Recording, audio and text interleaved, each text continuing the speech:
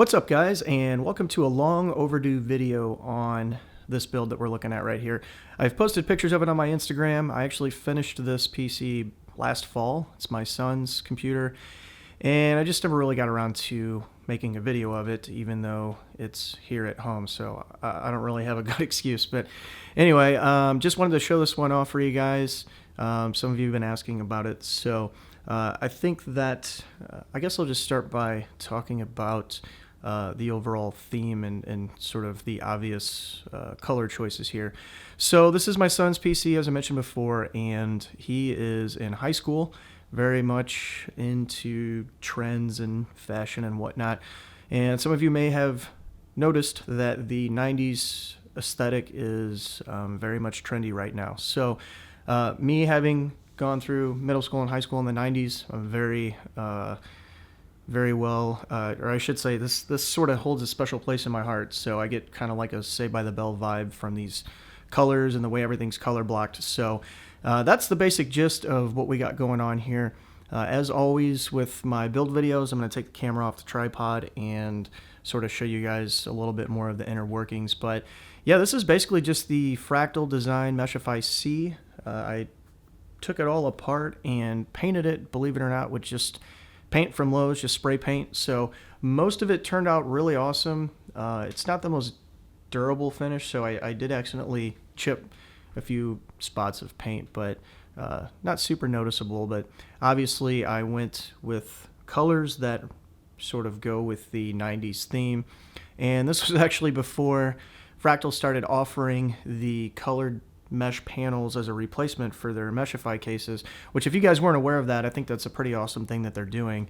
You can go on their website and you can order, I don't remember how many different colors. Unfortunately, pink is not one of them, so it's kind of ironic that I sprayed mine pink and then they released colored panels, but pink wasn't an option anyway. So anyway, without further ado, let me just pull this camera off the tripod here and let's take a closer look.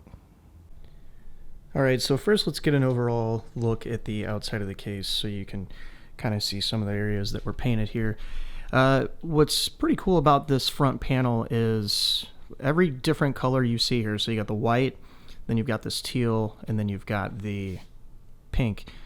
All of that comes apart, so if you were wanting to do a similar sort of effect with your Meshify C, you could do the same thing. Just got to pull everything apart.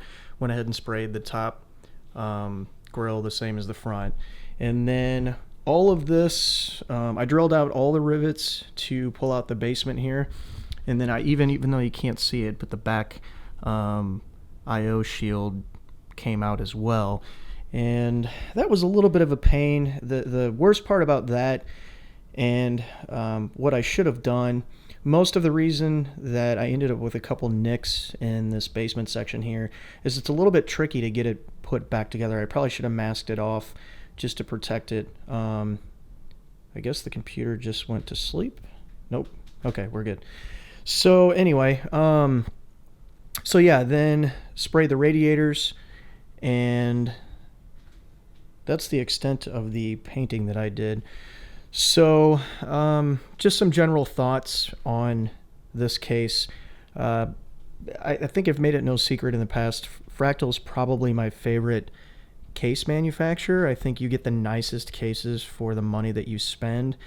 Their cases are very well thought out. They don't have any extra fluff like some of the other manufacturers. So, and then just, you know, the overall design. I love the look of the mesh panel. My only gripe with this case is, so in a standard defined C, which is basically what this chassis is with a different front on it, you could fit fans behind the front panel. Now that's not recommended in that case because you're obviously going to have very restricted airflow, but I would have liked to have seen this extend this front out just enough, because if you had been able to mount the fans in the front section of the chassis, obviously with a mesh grill over the front, you wouldn't have any airflow restrictions, and that would open up 25 millimeters of space inside the case for longer graphics cards. As you can see, this is just a standard length reference PCB on this graphics card,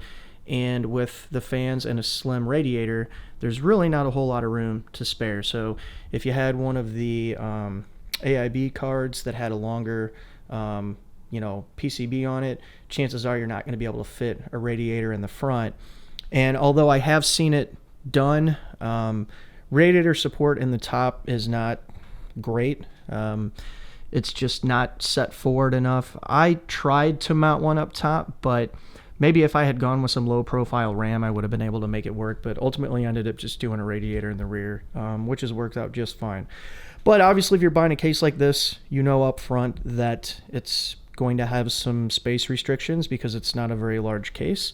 That's one of the nice things about it, is you get a mid tower that doesn't take up too much space. So if you're creative enough, you can make this sort of thing work.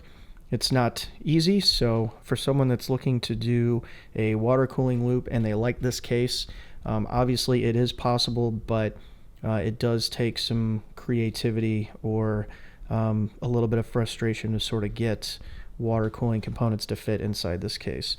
And on that note, as far as the water cooling components go, I've got a Hardware Labs Black Ice, I think it's the GTS is the slim one, 360 in the front, Fractal Venturi fans in the front. I've got an Alpha Cool Crossflow 120 in the rear, again, Fractal Venturi. I have all of the fans, both front and rear, set to be intake, and then I just have two 120s at the top that are just exhausting everything out of the top. So temps are actually really good. It's a GTX 1080 and a 6700K.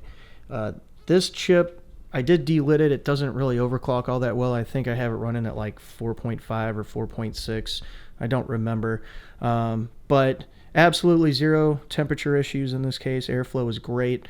Obviously with this many fans in here, you shouldn't run into any of those issues, but it is a smaller case, so you do have to worry a little bit about the space constraints. Now, as you can see, I definitely had to get creative with how I have everything mounted in here. This is actually one of my favorite builds that I've done because I just absolutely love the angles of all the tubing. It's just a really interesting look.